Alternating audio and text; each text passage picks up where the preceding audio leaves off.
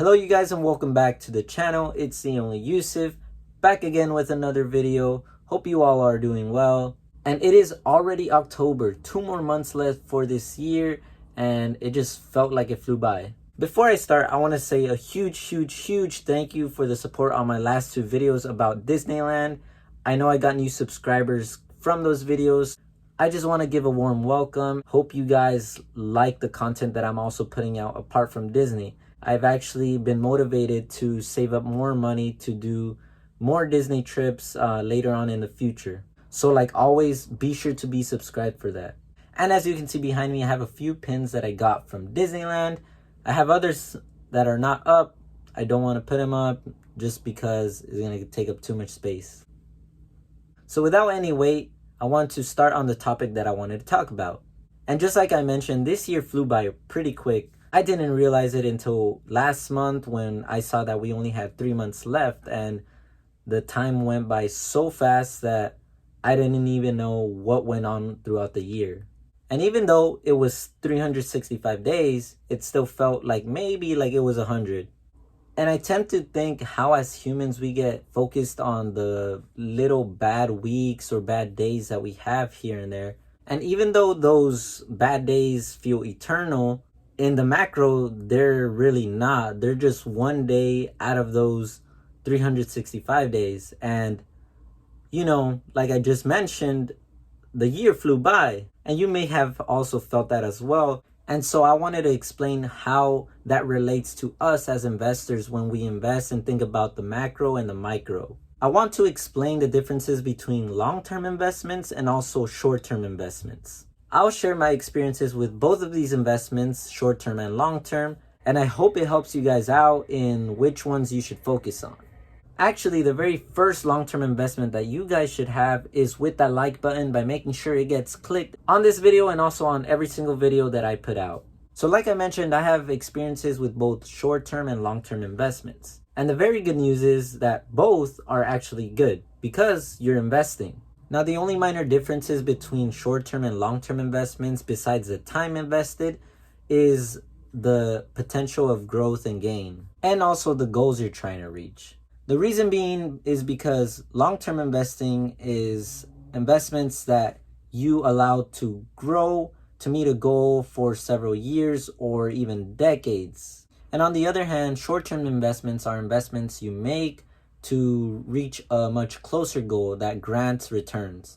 So I want to start off by telling you about my short-term investments. These short-term investments haven't really made me much since I only hold these stocks for a couple days or weeks and then trade them.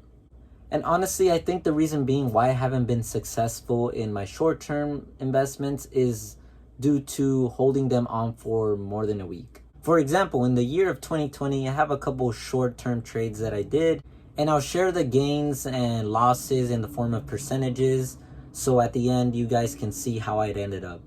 So I have them written down here, and as you can see, there's a lot more red than green. So the very first investment was a loss for 1%, and the second one was a loss for 5%. The third one was a loss for 8%, and the fourth one was a loss for 5%. And now this fifth one right here, I actually gained 45%. And the fifth trade was a loss for 9%. And the sixth trade was a gain for 4%. And the final one was a loss for 10%. So by the end of the year, I was actually up by 11% in the year of 2020. That fell short of my goal that I put on myself to make 25% or more that year. And with my long-term investments, I actually performed better than what I did with my short-term. For my long-term investments, I actually had an 18% since I started investing in the year of 2020 when the market dipped. My long-term investments are actually just buying this fund every month, and that consistently follows the S&P. So I have a little piece of everything in the markets, but it's also not compared to what you can do in a trade with a stock. A stock can give you the potential of a huge growth, but like you see, it can also give you a consistent loss if you don't strategize and plan it right. So another difference between the short-term and long-term investments that I have are the consistency in which they grow. So with the short investments, you can get big growth and also fast growth. But as you see, you have less consistency in steadily growing throughout the year. And with the long-term investments, even though it doesn't look like much when you see it through the months, throughout the year it accumulates and it actually does better than your short-term investments. Now, I'm not saying that short-term investments are bad, because every investment is good, and short-term investments can actually outperform investments in the long term. But you got to also remember that money from the short-term investments is actually for your closer goal that you set yourself to.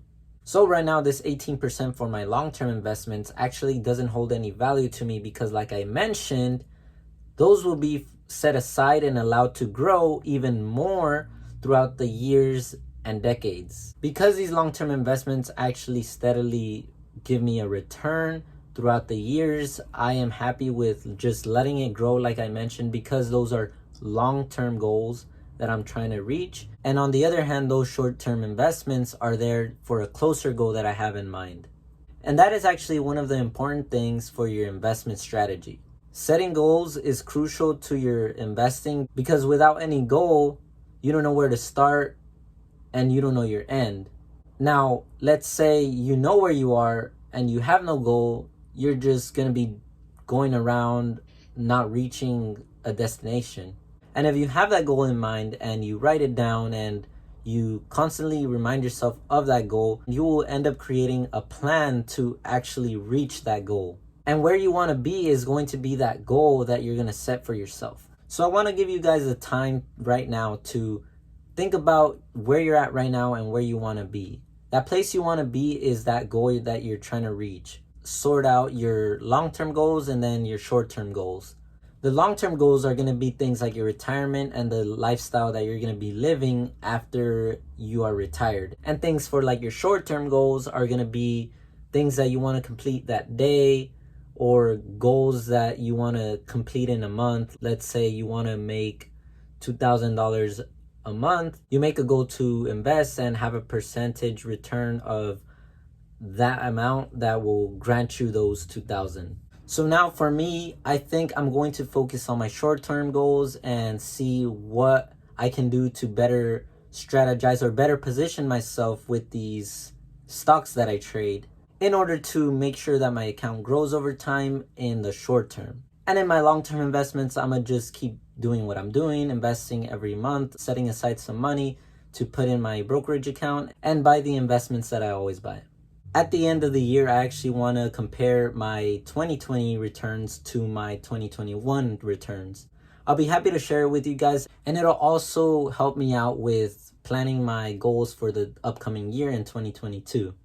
So with that being said, thank you for watching this short video. I appreciate you so much. Don't forget to subscribe so you don't miss any other video that I'm putting out. Thank you so much for your patience as I'm filming other videos right now, and I soon will be able to put them out for you guys to watch and enjoy. Thank you guys so much, and I'll see you guys on the next one.